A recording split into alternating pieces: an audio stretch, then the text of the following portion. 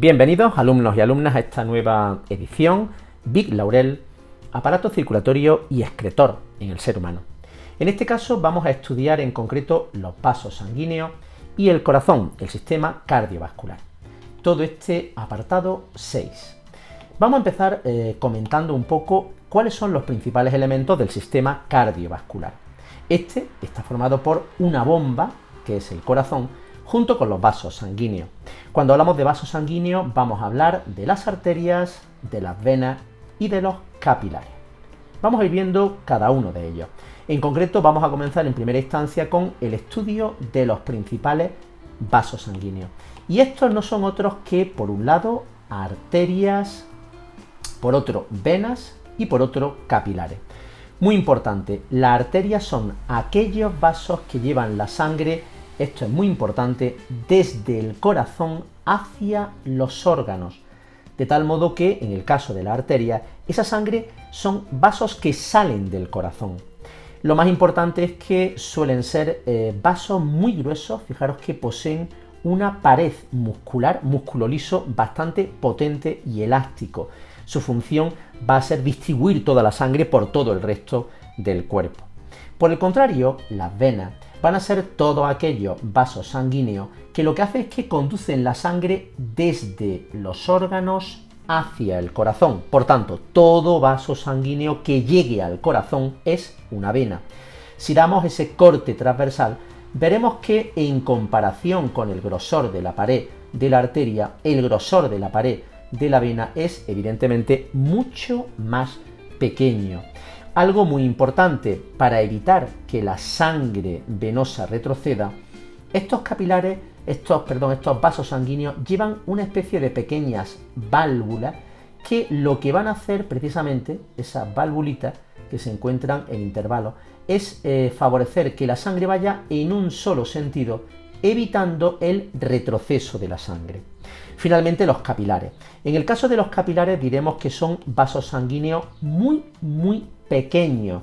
Pueden proceder, estarían estos de aquí, pueden proceder o bien de las arterias o bien pueden reunirse y formar finalmente las venas.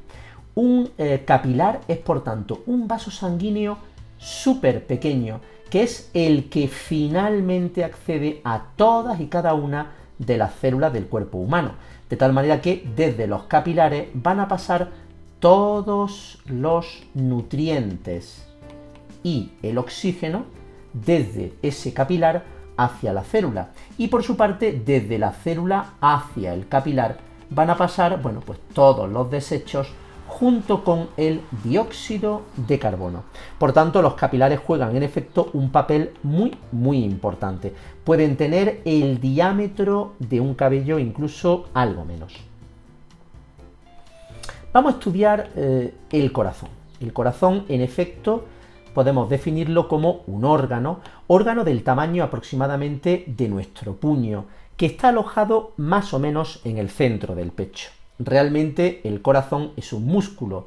Este músculo es el miocardio e internamente está formado por dos cámaras superiores, la aurícula.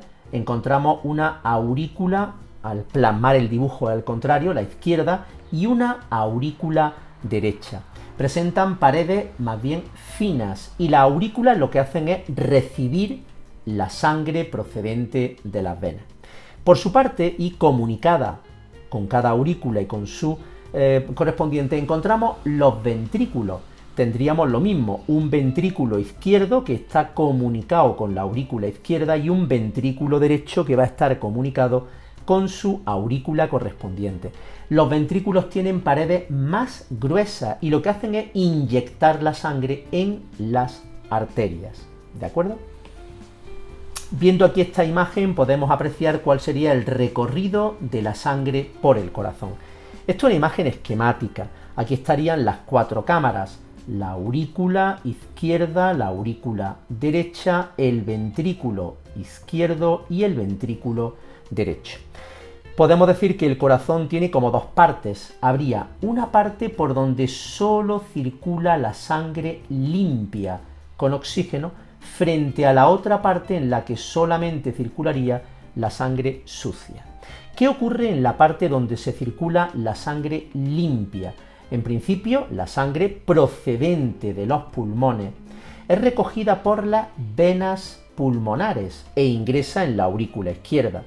A partir de aquí, borramos un poquito para seguir la secuencia, de la aurícula izquierda la sangre ha de pasar por una pequeña válvula, se llama válvulas aurículo-ventriculares, y la sangre ingresa en el ventrículo izquierdo. Desde aquí vuelve a abrirse otra válvula, la válvula aórtica, y se inyecta la sangre en la arteria aorta, que es la que lleva toda la sangre al resto del cuerpo. Por su parte, toda la sangre sucia va a ser recogida por la vena cava, sangre sucia procedente de todo el cuerpo y que tiene muchísimo CO2. Esa sangre sucia pasa a la aurícula derecha, aquí se abre la válvula aurículo-ventricular, pasa al ventrículo derecho, aquí se abre la válvula pulmonar y la sangre es inyectada en las arterias pulmonares que rápidamente llevan esa sangre sucia hacia los pulmones para oxigenarla. Una vez en los pulmones, volvemos nuevamente a esta fase. Aquí tendríamos un poco el recorrido que acabamos de comentar. La otra imagen me parece más clara, esta es un poquito más confusa, pero bueno, en ella estamos viendo, por un lado, las cámaras, la aurícula, esta sería la aurícula izquierda, este sería el ventrículo izquierdo, aquí estaría la aurícula derecha, este sería el ventrículo derecho, con sus válvulas, la válvula aórtica y pulmonar, y con sus arterias, que es la que lleva la aorta, la sangre a toda la parte del cuerpo, y la arteria pulmonar, que lleva la sangre sucia hacia los pulmones. Bien, los latidos del corazón. En efecto, un latido no es más que cada uno de esos golpes que se producen de forma rítmica por el corazón.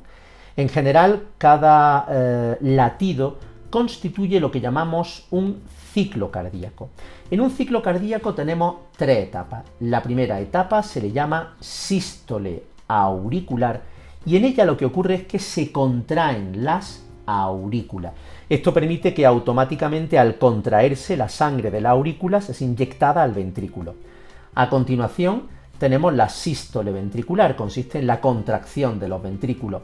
Automáticamente la sangre es inyectada en la arteria, pero para ello digamos que las válvulas se abren y ese movimiento es el que genera el primer ruido del corazón. ¡Pum!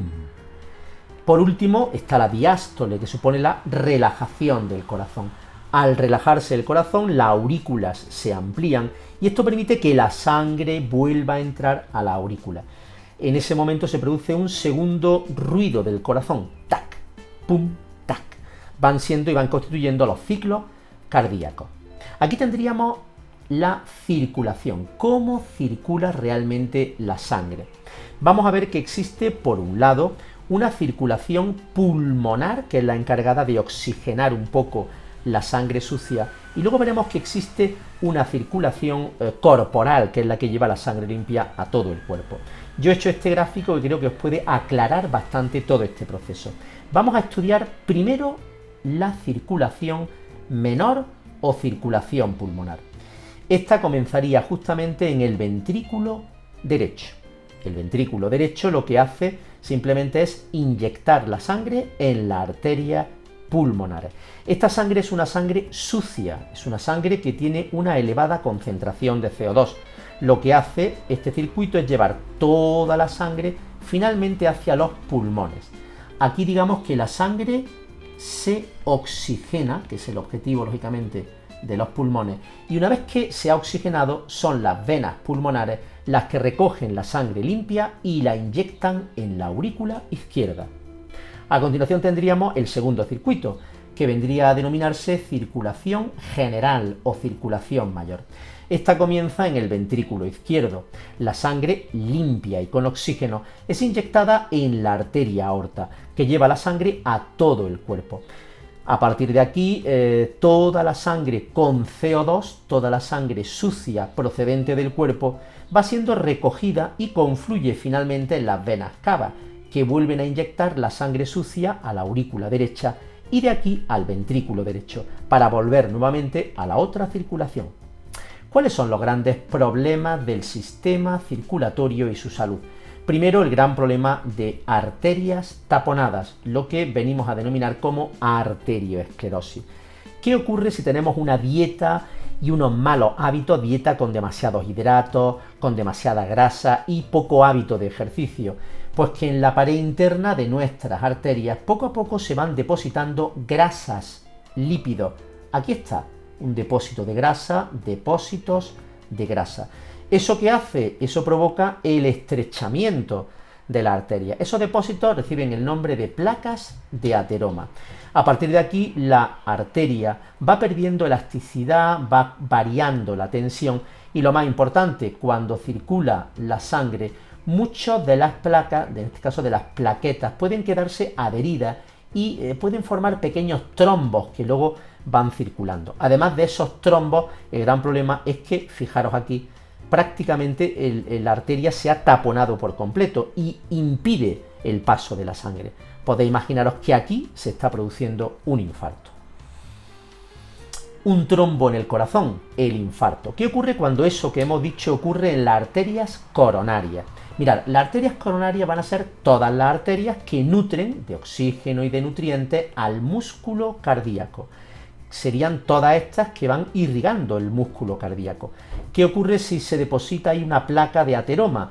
Puede ocurrir que la sangre vaya circulando con más dificultad e incluso puede ocurrir que si se tapona por completo la sangre no acceda.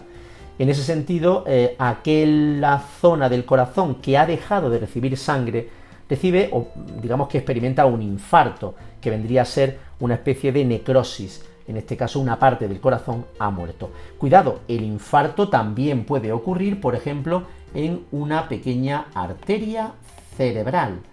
Y en ese caso, una parte del cerebro deja de recibir sangre. Esto es lo que se conoce con el nombre de ictus. Viene a ser también un tipo de infarto. Bueno, finalmente acabamos este capítulo tocando los problemas de la sangre, las enfermedades. Principalmente dos. La anemia.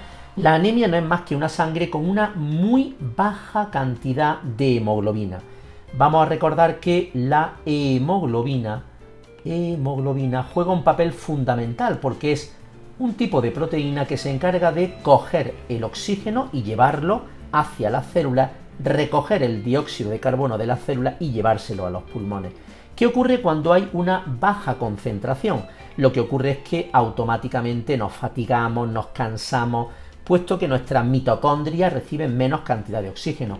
¿Qué causa la anemia? Normalmente una dieta muy baja en hierro. Hay que consumir carne, pescados principalmente, frutos secos, legumbres, ¿de acuerdo?